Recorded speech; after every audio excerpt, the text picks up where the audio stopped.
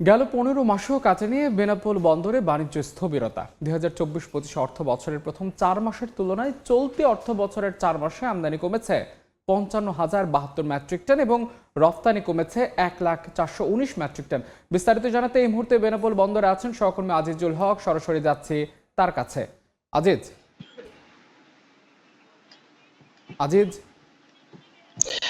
গত বছরের ৫ই আগস্ট দেশে রাজনৈতিক পট পরিবর্তনে ক্ষমতাচ্যুত হয়ে সাবেক প্রধানমন্ত্রী শেখ হাসিনা ভারতে রাজনৈতিক আশ্রয় নেয়। এরপর থেকে লক্ষ্য করা গেছে ভারত বাংলাদেশ সম্পর্ক অবনতিতে সবচেয়ে বেশি বিরূপ প্রভাব পড়েছে বাণিজ্য খাতে।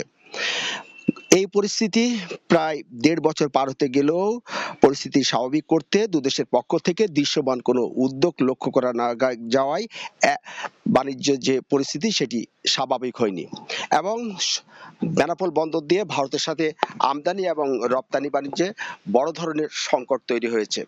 বেনাপোল স্থল বন্দরের তথ্য বলছে ২০২৪-২৫ অর্থ বছরে আগস্ট থেকে অক্টোবর পর্যন্ত ৪ মাসে বেনাপোল বন্দর দিয়ে ভারত থেকে আমদানি পরিমাণ ছিল ৫,৯০,০৪৭ মেট্রিক টন। অপরদিকে ২০২৫-২৬ অর্থ বছরে একই সময়ে ৪ মাসে আমদানি পরিমাণ ছিল ৫,৩৪,৯৭৫ মেট্রিক টন। অর্থাৎ ২০২৪-২৫ অর্থ বছরের চাইতে ২০২৫-২৬ অর্থ বছরে এসে আমদানি পরিমাণ কমেছে ৫৫,০৭২ মেট্রিক টন। অপরদিকে ২০২৪-২৫ অর্থ বছরে প্রথম ৪ মাসে রপ্তানি পরিমাণ ছিল ১,৫৬,৩৬৫ মেট্রিক টন। অপরদিকে ২০২৫-২৬ অর্থ বছরে রপ্তানি পরিমাণ কমে দাঁড়িয়েছে ৫৫,৯৪৬ মেট্রিক টন। অর্থাৎ ২০২৪-২৫ অর্থ বছরের চাইতে ২০২৫ অর্থ বছরে এসে রপ্তানি পরিমাণ কমেছে ১,৪১৯ মেট্রিক টন।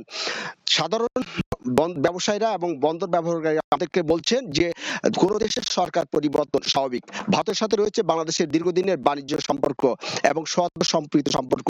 সরকার পরিবর্তনে যাতে এই বাণিজ্য সম্পর্ক বা সৌহার্দ্য সম্প্রীতির সম্পর্কের কোনো বিরূপ প্রভাব না পড়ে সে বিষয়ে সরকারকে আন্তরিক হওয়ার আহ্বান জানিয়েছেন। তো এই ছিল বেনাপোল স্থল বন্দর থেকে যে বর্তমান পরিস্থিতিতে বেনাপোল বন্দর দিয়ে যে আমদানি রপ্তানি বাণিজ্য কমে এসেছে তার সর্বশেষ। বেনাপোল স্থল বন্দরের সবশেষ খবর জানাচ্ছিলেন সহকর্মী আজিজুল হক।